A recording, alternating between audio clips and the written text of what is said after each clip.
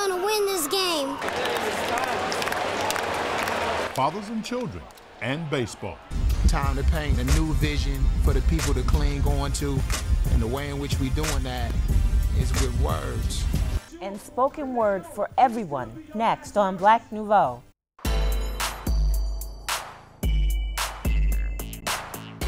Good evening and welcome to Black Nouveau. I'm Milton Dockery. And I'm Faithe. We're glad you could join us.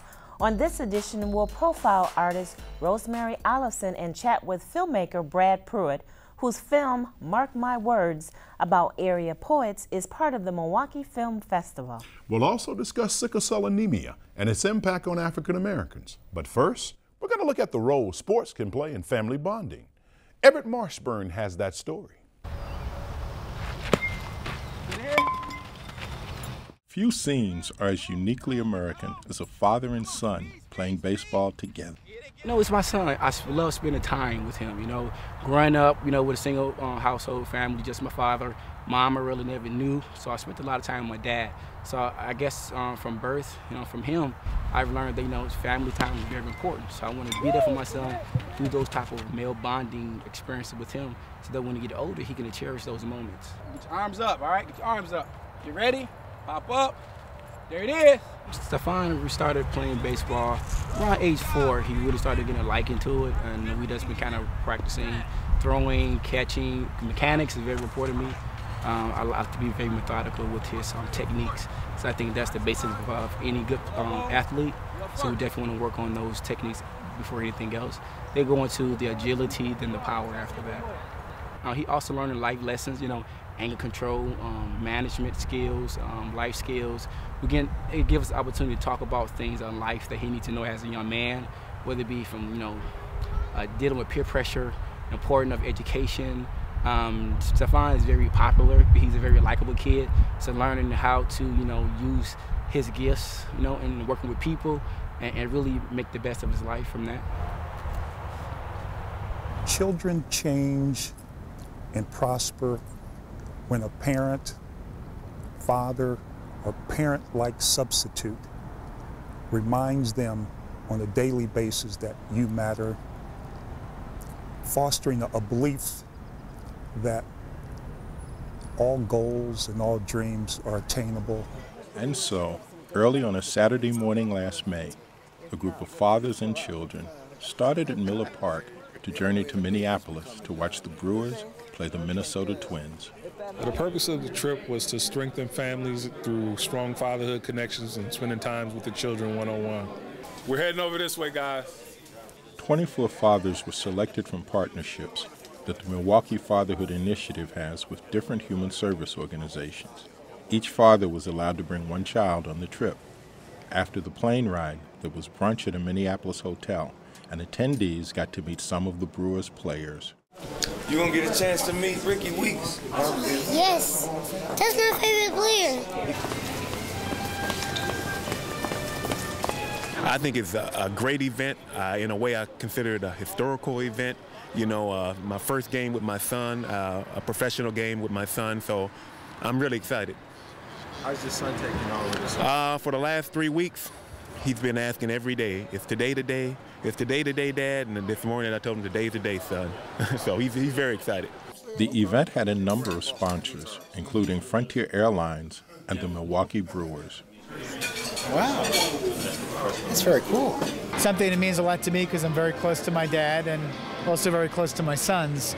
And, you know, something that's been called a challenge in the country, I also look at as an opportunity. And so I felt anything that I and the Milwaukee Brewers could do to help out, we'd be delighted to do. You want that? You're welcome. What's your name? Stefan. Stefan, I'm Jeff. Buddy. And I play for the Brewers. Awesome. Oh. There you go. There you go. Are you a pitcher? Nice. Strike 3. Just take a look at these kids and how big their eyes are when they walked into the new ballpark here. And for many of these kids, it's the first time they've even been on an airplane. So, you know, we kind of, things that we take for granted, very special for, you know, a lot of these kids and their dads.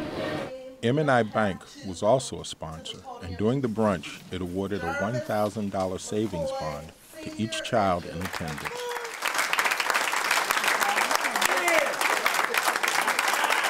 And then it was on to Target Field for the game. Very exciting. Really good feeling. We're in Minneapolis at the Twins and the Brewers game. Me and Minnesota Brewers gonna win this game.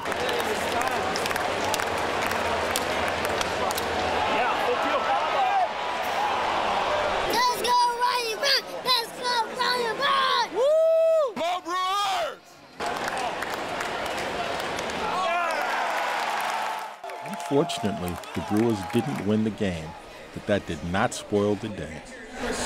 I think that trip should not only send a message to those children, but a message to the entire city that in order for our children to have a chance in this world, there must be a father present.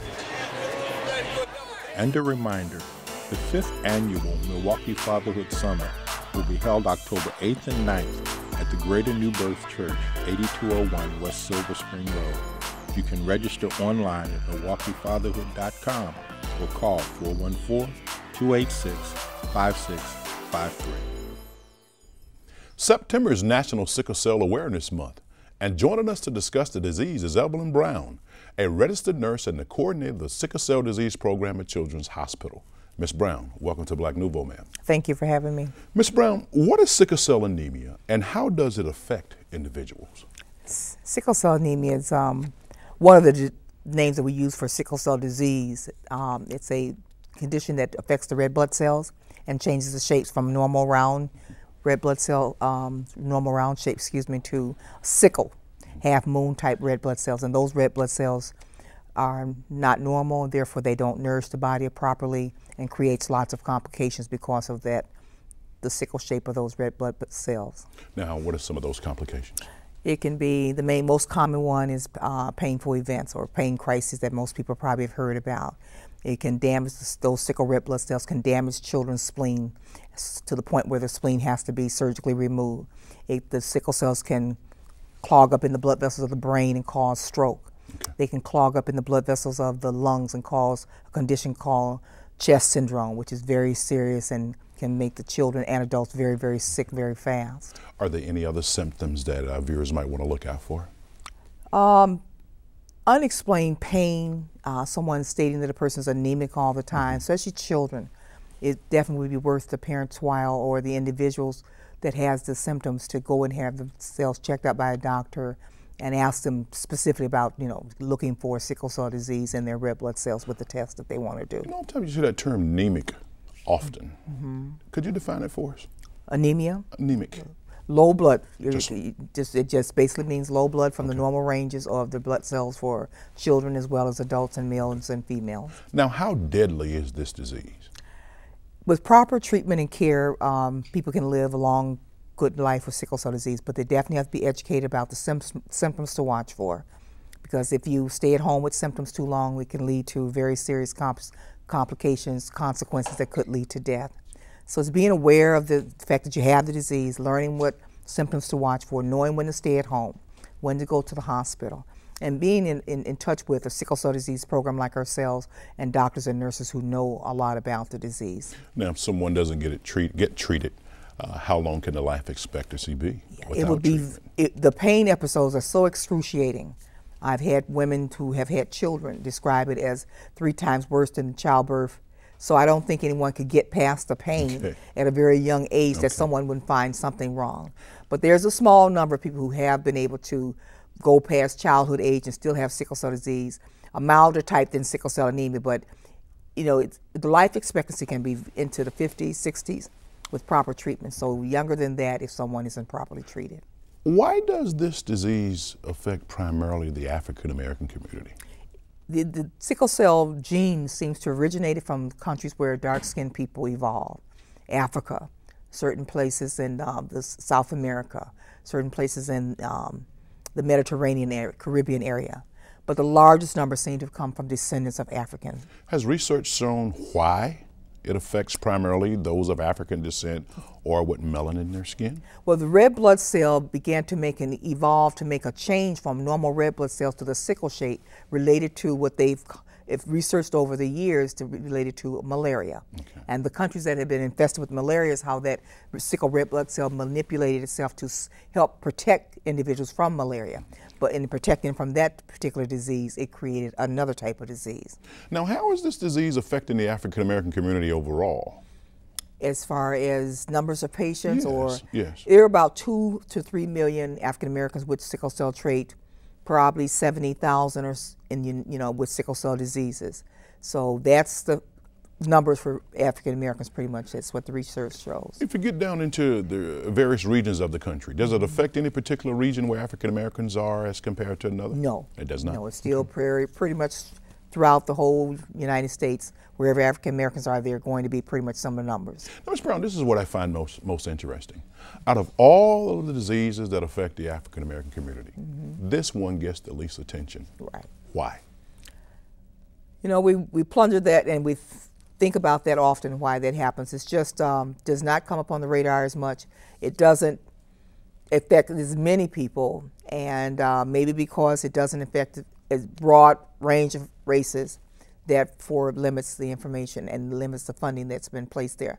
But one thing great about Wisconsin, we've just got increased funding to study sickle cell disease and to work with, to hire different people, more people who have more information, more knowledge and skills and time to take on caring for more sickle cell patients. We just got an adult physician who came to us from St. Louis, that's going to be a tremendous impact on Milwaukee for the positive side, because our young people are growing older. The average age was maybe 30-ish, some 20 years ago as the average length of life for individuals with sickle cell disease, now into their 50s and 60s. So we need more adult doctors knowing what they need to do in order to continue the quality of life as well as the number of years that people are living. Now, Ms. Brown, if people want more information, how can they go about getting it? They can call our sickle cell disease center at 414-257-1232. Do you have a website? Not individually. It's under Children's Hospital, chw.org, and you can look for the sickle cell disease link or hematology and pick up more information regarding our program. Ms. Brown, thank you so much for joining us on Black Nouveau, ma'am. All right, thank you.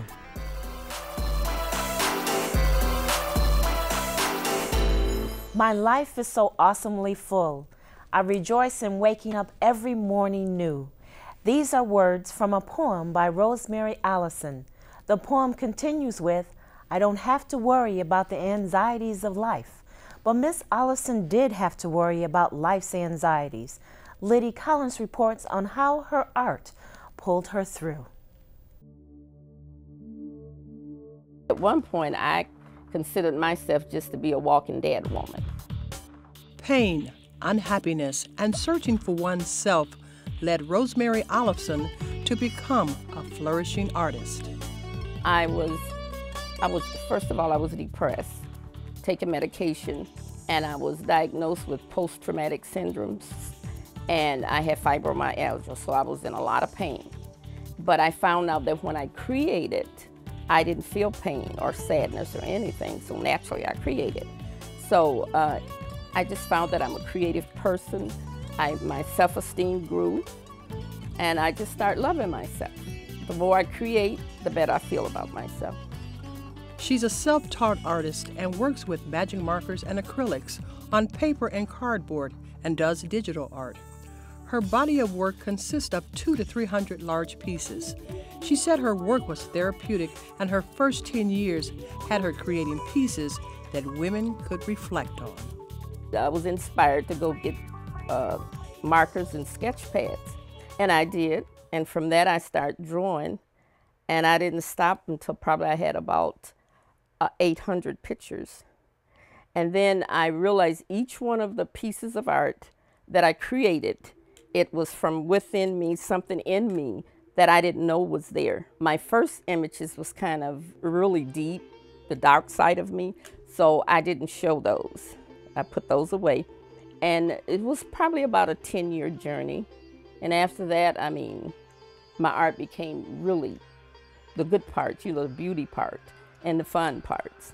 She discovered that the turmoil in her life was causing her physical pain, which was reflected in the dark side of her work. As I started to progress, I came to a point where I really loved myself, and I got to know myself through the art. Found through the art that I was a creative person, and it made me feel good about myself because this is something that I could do. And then I learned that I could write, and so it just really brought out first the dark side of me that I hidden within me and didn't want to deal with it. And then the other part, it was like the positive part of me, the enlightenment. Ollison's art has taken her from a shattered, battered woman to a new woman who is fully creative and functioning, and her doctor attested to this. He told me that, he said, "You're healed. You don't have to come back anymore. You have a dialogue with God." So I didn't go back. And after that, the main thing that happened was the physical pain, because I was stressful. And so once I found out really that when I'm creating, I'm not painting, you know, I would forget the pain. And then I was, this is okay. She has added writing to her skill set, poetry, journaling, and articles about her art.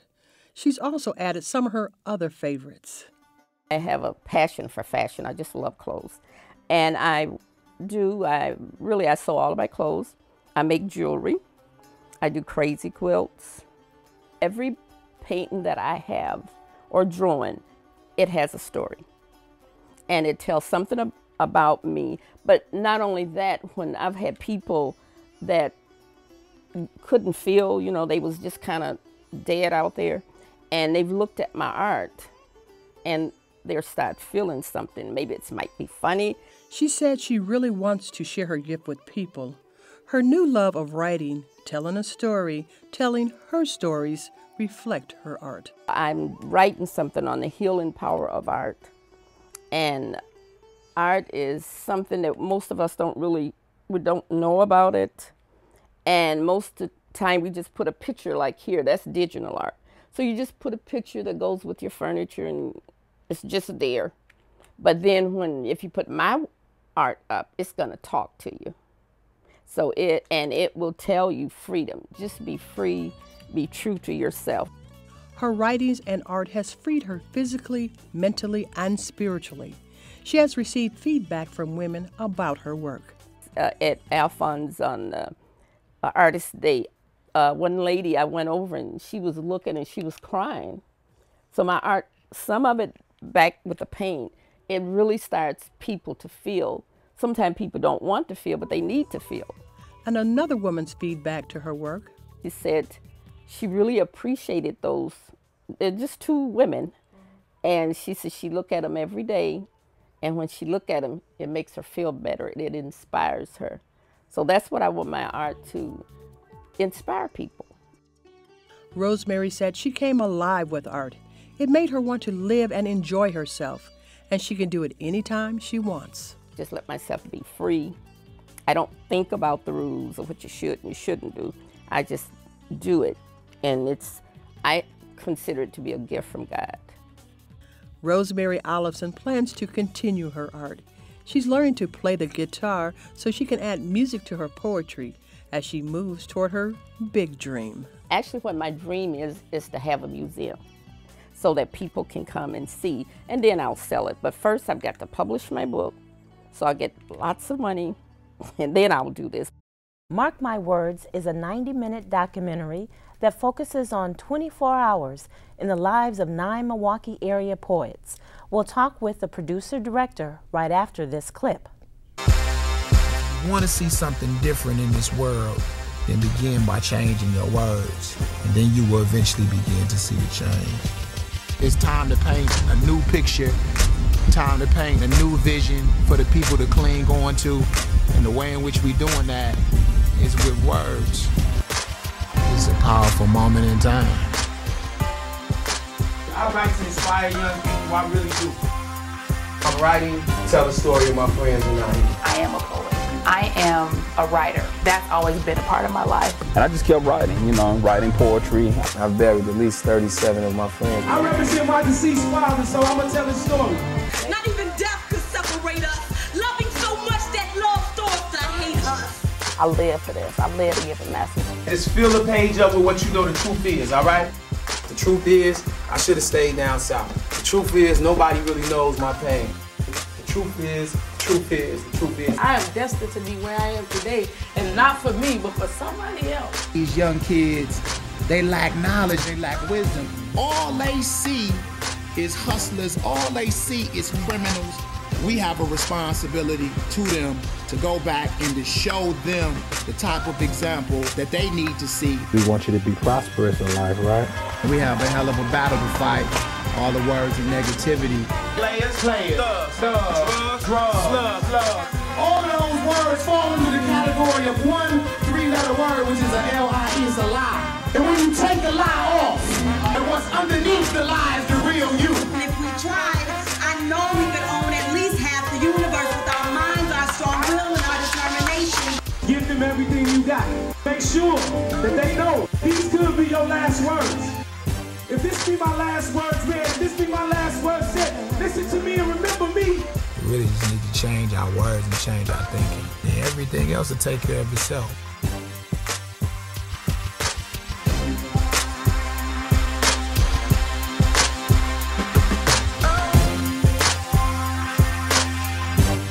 And joining us now is Brad Pruitt, the film's director and producer. Thanks for joining us, Brad. Absolutely. Thank you for having me. Why a film about poets? What prompted the film? I was working with some of the poets on some of the other projects I was working on, and spending some time with them and watching them work and seeing them doing the work that they do in the community kind of led me to begin to think about a project, taking a look at the day in the life of an artist. And we spent 24 hours with 8 poets, Milwaukee poets. Well, actually 7 Milwaukee poets and 1 poet from Chicago. So in addition to being a film about poets and about these particular poets, these artists, it's a film about some of the costs of being an artist. What are the challenges? What are the rewards? About the passion and the commitment. So that's kind of how it all evolved. What else are we going to see in the film that kind of can elaborate on the clip we just saw and what you just shared with us? Well, you know, like I said, we spent from dawn to dawn with these poets. And so you see their families, you see their day jobs, you see their concerns, their interests. And it's all culminating around this poetry showcase. So so we see their lives. How did you get to become a filmmaker? Why that interest? I think that was an evolution as well. I think I've always been an artist at the core. As a child, I often drew, and then that evolved into still photography. And as I became a young man, video and photojournalism. I used to take still photographs and write for a lot of the papers in the community. And so that kind of evolved, that level of storytelling evolved into film. And for the past decade or so, I've been primarily working in video and film. How long did it take you to do this film? We created this concept and we shot it, the entire film was shot in 24 hours. And I intended it to be a quick turnaround, but it was a lot of footage, we had a lot to work with. And so it's taken a couple of years to get the film edited. Is that the average life of creating a documentary? Well, for an independent filmmaker, yeah, absolutely. And let's talk a little bit about that, being an independent filmmaker. What is that like? Particularly in this market, that's a challenging proposition in any market. Figuring out how to fund your projects, and that's really one of the things I'm most proud about this project, is that it's a collaboration and kind of a coming together of lots of artists from various disciplines. Getting film, the primary challenge for filmmakers is getting funding for films. And so we took an approach where, with limited resources and a lot of in-kind contribution from artists, and we created the structure of the film in such a way where people can contribute small amounts of time, but that would have a lot of impact. So it's a challenging proposition, particularly in a market like ours where there's not a lot of funding for film, but a very rewarding one. And, tell us a little bit about where we can see the film and when we can see it. Okay. It is a part of Milwaukee International Film Festival, which takes place between September 23rd and October 3rd. Our film will screen at the Oriental Theater on September 30th and at the Ridge Cinema on October 3rd. I'll see you at the movies. I would love to see you there. Thanks for joining us. Thank you. Thank you. It's a powerful moment in time. I like to inspire young people, I really do. I'm writing to tell the story of my friends and I am a poet. I am a writer. That's always been a part of my life. And that wraps up this edition of Black Nouveau. Remember, in the coming week, do something to expand your world. Good night. Good night.